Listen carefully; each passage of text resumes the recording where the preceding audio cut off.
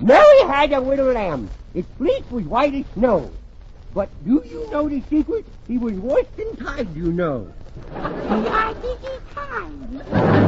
Transcribed from Hollywood, Procter & Gamble's Tide, the wash day miracle that gives you the cleanest clothes in town, proudly presents the Red Skelton Show.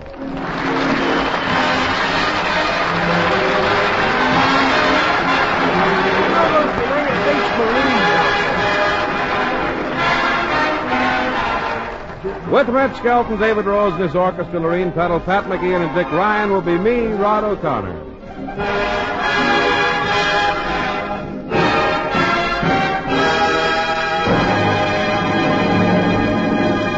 From the Skelton Scrapbook of Satire, a story entitled The Town Social, and it stars MGM's clown, Red Skelton.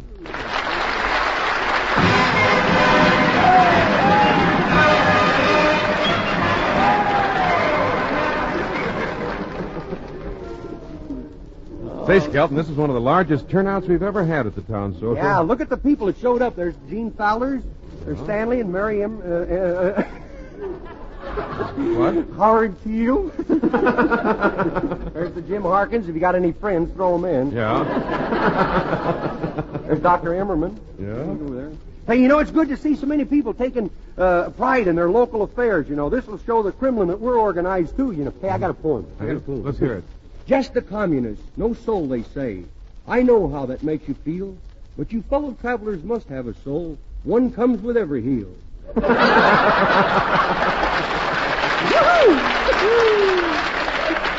Hey, you know, I didn't think I was going to get down to the meeting here tonight. What? Our social dinner. What? On account of that Truman car of mine. You have a Truman car? A Truman car. You never know if it's going to run or not. You know, I think we'd have a bigger crowd if it hadn't turned so cold. You know, it's freezing weather. Yeah, but the cold weather doesn't bother me much. Mm-hmm. Well, let's move up a little closer. I'm sorry, this is as far as I can go. What do you mean this is as far as you can go? Well, if you must know, Georgia made my underwear out of an electric blanket, and this is as far as the cord reaches. Oh! Well, what's wrong, Red? I think I got a short in my shorts. Hey, Red, did you notice there are a few gangsters in the crowd? Yeah. I wonder what these racketeers are doing here. Oh, they probably saw the crowd and figured it was Senator Kefauver. Kefauver? Kefauver. Who? Kefauver. Why don't they turn that over to somebody else? Maybe they think it's Kefauver? Yes. Yeah. Holding another truth or consequence party. Well, that was hardly worth going back for, was it? Look, not so loud, Red. What? That trigger-happy McGee and the big-shot gambler standing over there, and he might hear you. Yeah?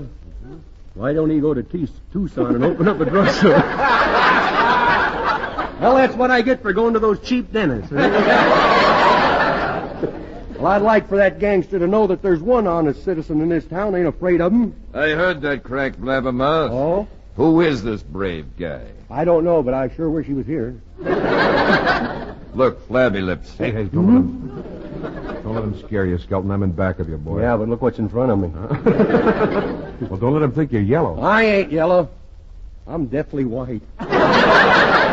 Look, I don't want any trouble. Yeah. I'm here as San Fernando Red's bodyguard. Well, as the little mountain said, you can't bluff me.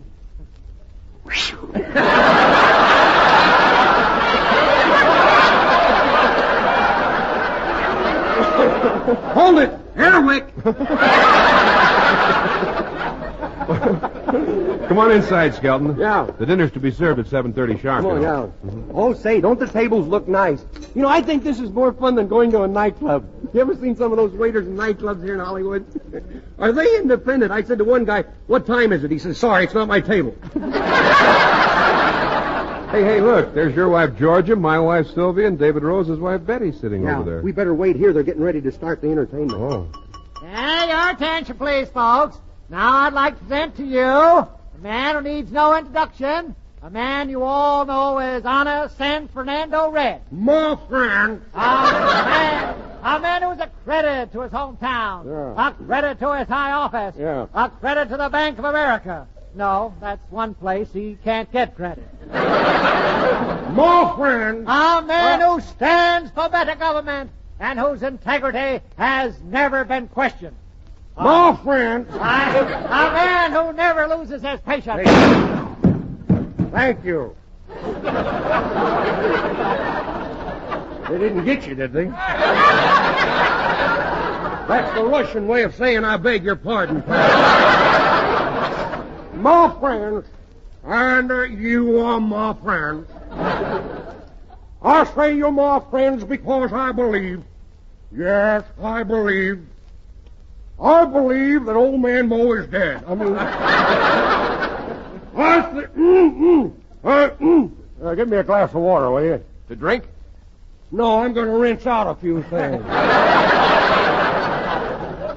Tonight, before I start making any speeches here or we start our social dinner, I would like to thank all you citizens for voting no on Proposition Yes.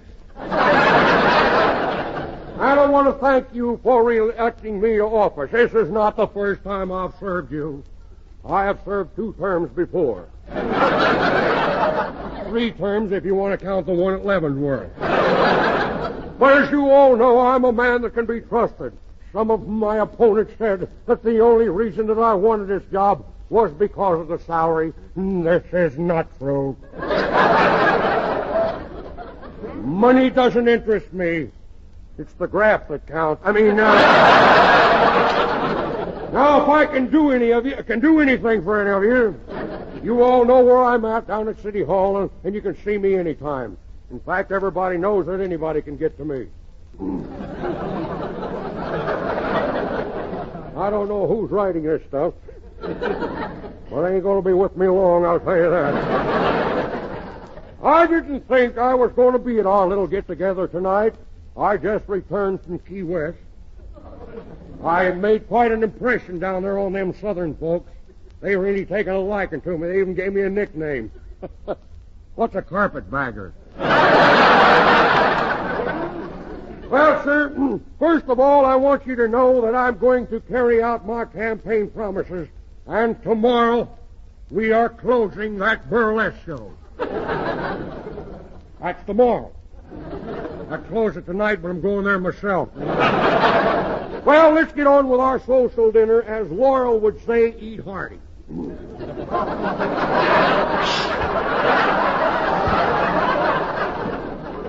Say, pardon me, Your Honor. Yeah? Here's the cook. She wants to talk to you. What crook? Oh, cook. Oh. Now, hold everything, Your Honor. Oh, yeah. My, you're the skinniest politician I've ever seen. You're shaking the cord on the microphone. I'm over here. What seems to be the trouble, cook? Well, I've been standing in that kitchen all day, waiting for Clem Diddlehopper to deliver the chickens, and he ain't showed up yet. Well, this is outrageous. Who's the chairman of this committee? Well, I am, Your Honor. Yeah? Gee, Clem's never done anything like this before. If Dave Rose will play a number, I'll go over to Clem's house and see what's the trouble, huh? Oh? Attention, folks. It ain't nothing to get upset over. While we're waiting for the victuals, Dave Rose and his orchestra will play the Hot Canary, and it features the composer, Paul Nero. And he's going to do a violin solo. You can burn while he plays.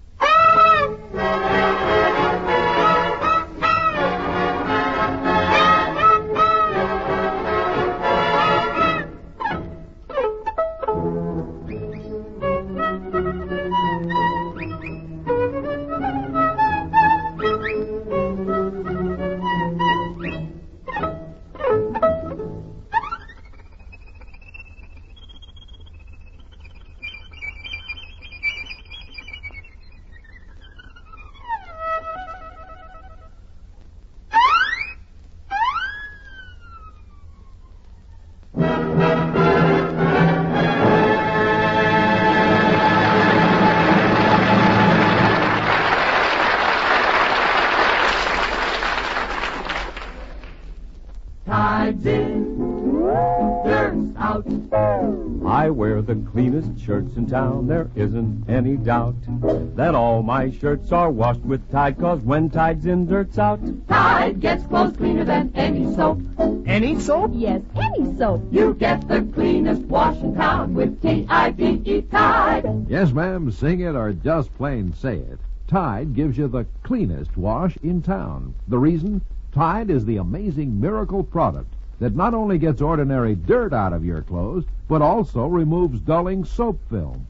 You see, we've tested Tide in the laboratory against all kinds of soaps, and the test results are always the same. Tide gets clothes cleaner than any other washing product sold throughout America. But millions of you women have proved that, washing and rinsing your own clothes. You've seen the Tide miracle in the cleaner clothes your children wear, your cleaner sheets and towels. You've seen how kind Tide is to your hands, too.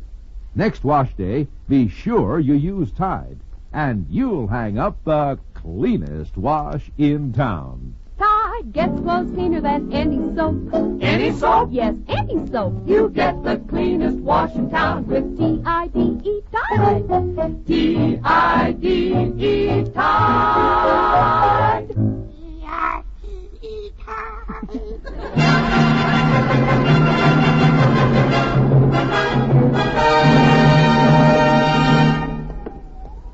Well, Clem is home. There's his shirt hanging on the line. Hey, Clem, you in there? Yep, Hey. here I am.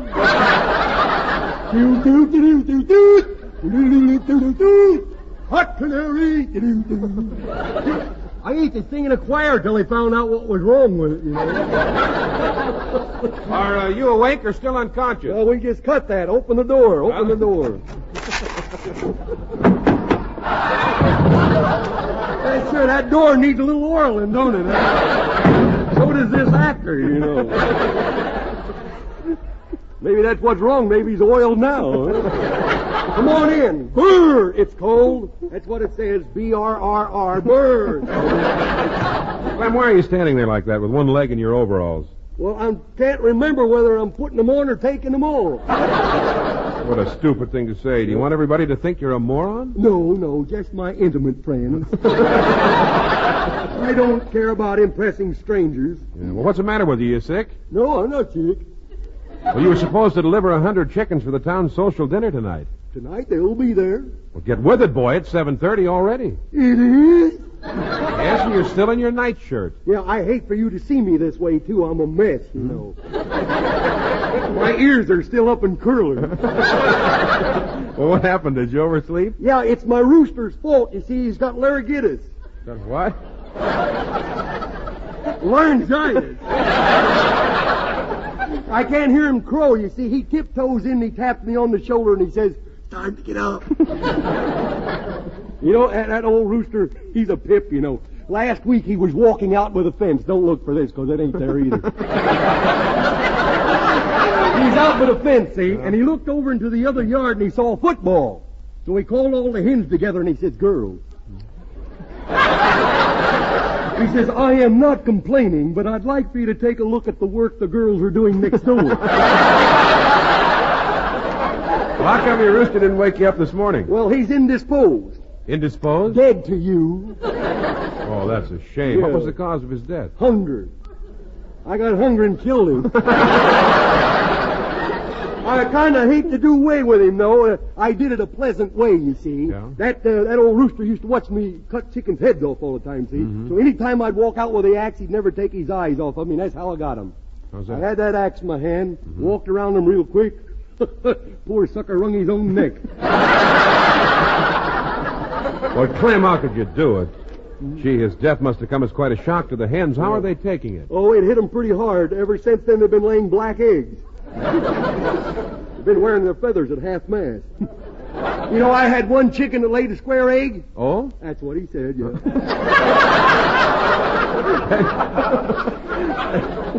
Look, Clem, you better hurry up and get dressed. They're waiting for those chickens at the town Well, social. I'll hurry and get my clothes on. I'll be with you, Jeffy. I'll be with you in it, Jeffy. Forget it. Boy, it sure is cold today, isn't it? Yesterday it was so cold I went out to milk my cow and all I got was 5 yards of spaghetti. 4 buckets of homogenized goose pimples. Well, come on, boy, get with it. Yep, okay. Brr! It's cold. Really freezing outside. Even the snow is blue. It's not a fit day out for man or beast. Or me either. You better pull my ears over my nose so they won't get frostbitten. Well, let's hurry. They're waiting for those chickens. Okay.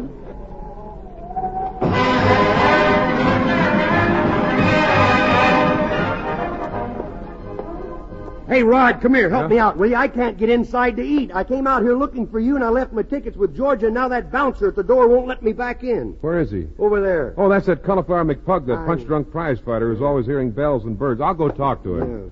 Howdy, Cauliflower. Who is it, boy? Who is it? Who is it? Well, it's me, O'Connor. Oh, yes, O'Connor. 2 of the nicest boys I ever met. Look, Cauliflower, my friend Skelton wants to get inside to eat. I'm sorry. Nobody gets in without a ticket, boy. Look, Nobody he has a ticket. His wife's holding it, and she's already inside. Look, no one's going to put on a gag like that over on me. People may think I'm punchy, but I'm not that far gone, boy. You see, I got something on my shoulders. Yeah, too bad it isn't the head. Oh, that's cute. That's cute. It stinks, but it's cute. Pardon me when I answer the phone, will you? Look, there's no phone ringing. Oh, well, it was probably the wrong number anyhow. Oh, listen to that. That man's playing that Hot Canary again. Boy, your brains are really scrambled. Oh, you think I got a rattle in my head, huh? Yeah. You should see that rattler I room with. Boy, he's really got birdies on his antenna. That poor Tucker. All day long he just sits there talking to his parrot. Tells him a joke and then laughs when the parrot tells him something funny. Well, what's wrong with that? He ain't got no parrot. I know. I have to clean the cage every day.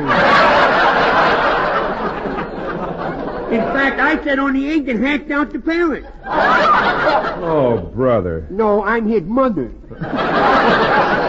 Yes, sir, I hatched that little bird all by myself. I sat on that egg for about 4 weeks. Mm-hmm. Mother's Day means something around my place.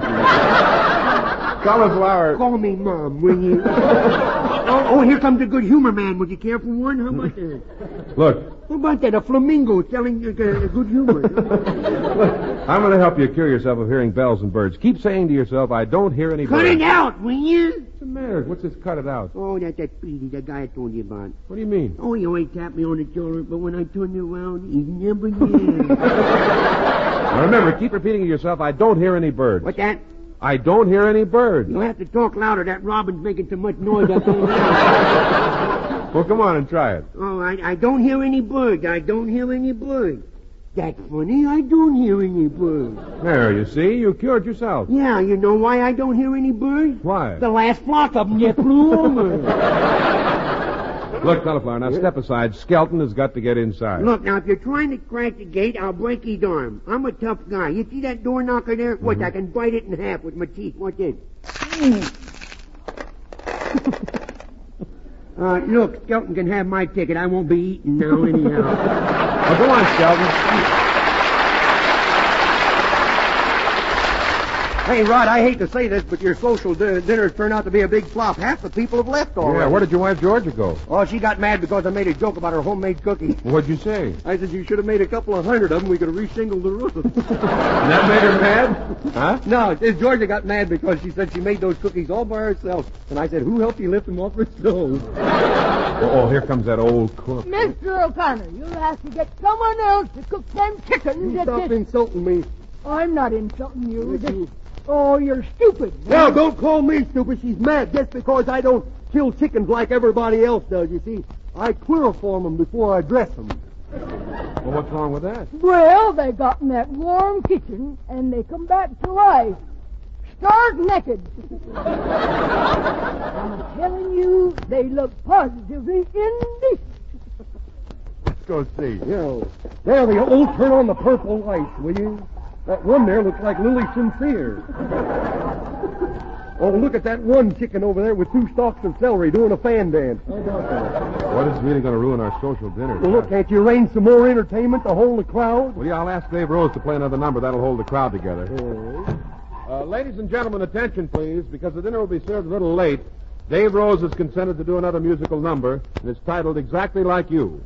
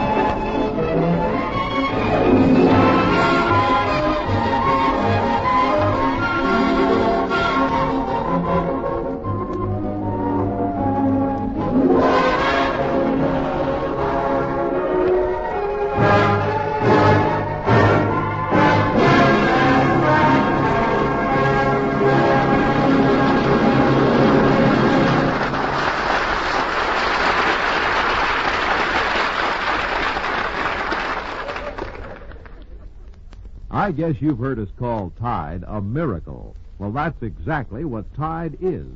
For Tide not only gets the ordinary dirt out of your clothes, it removes dulling soap film, too. And that one fact was what made no rinsing practical. Yes, with Tide you can save all the time and work of rinsing, and you'll get the cleanest possible no-rinse wash. Now, if you prefer to rinse, here's Tide's promise. Tide will get your clothes cleaner than any other washing product sold throughout America. We've proved that in the laboratory. And you women see the proof in the cleaner shirts your husband wears, the cleaner sheets on your beds. So make your next wash a Tide wash, the cleanest wash in town. Tide gets clothes cleaner than any soap. Any soap? Yes, any soap. You get the cleanest wash in town with T-I-D-E, Tide. T-I-D-E, Tide.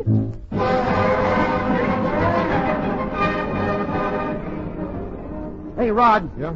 Something else just happened. They threw Willie Lump Lump out of the place. What for? He spiked the lemonade. Well, what happened? Well, my grandmother took one sip and she says, you know, the frost didn't hurt them lemons at all. Oh, Rod! Rod! Well, hello, Lorene. Where's Junior? Oh, he's around someplace.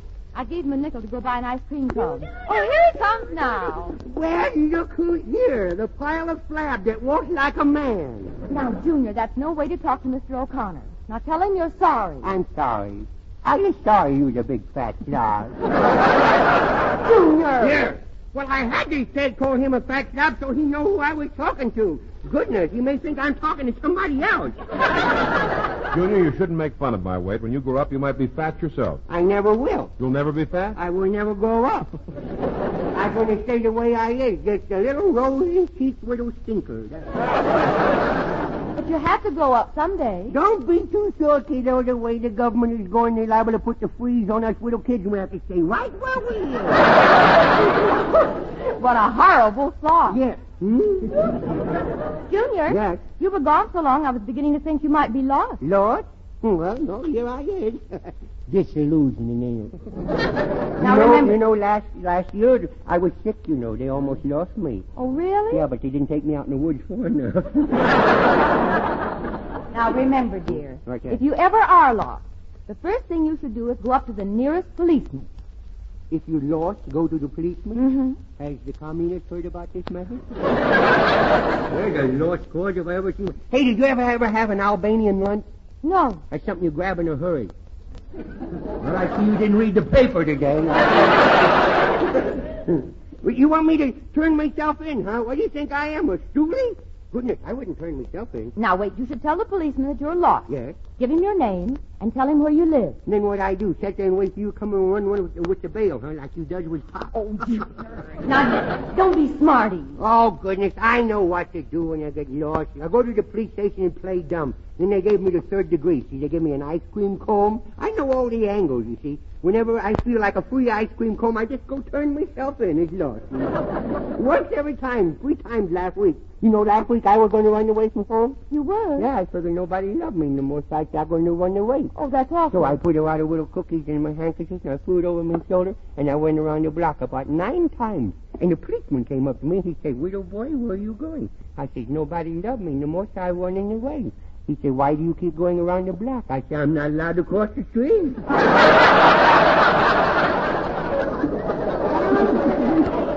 Oh, speaking of ice cream cones, where did you get that triple-decker cone? Ain't that a Lulu strawberry chocolate? They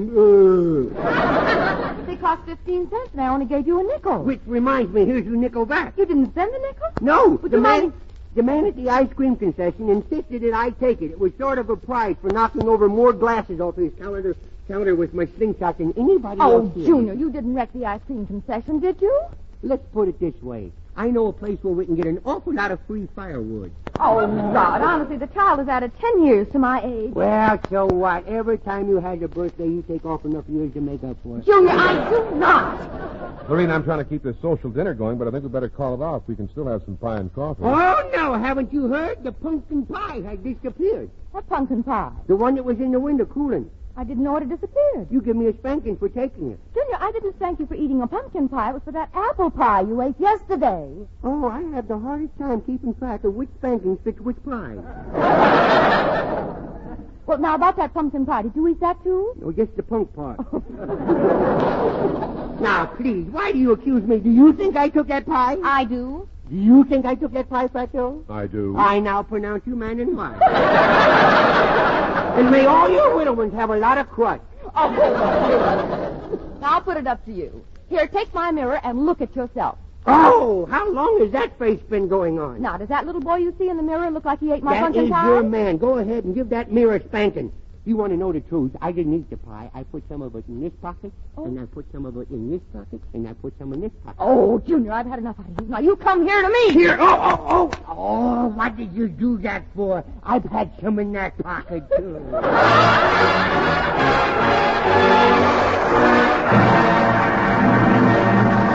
Now, ladies and gentlemen, until next Sunday. This is Red Skelton saying goodbye now, and thanks for listening, and thanks for buying more and more of the Wash Day Miracle Tide. And this is Rod O'Connor reminding you that Tide gets clothes cleaner than any soap on earth, cleaner than any other washing product sold throughout America. That's why... You get the cleanest washing town with T-I-D-E Tide. T-I-D-E Tide.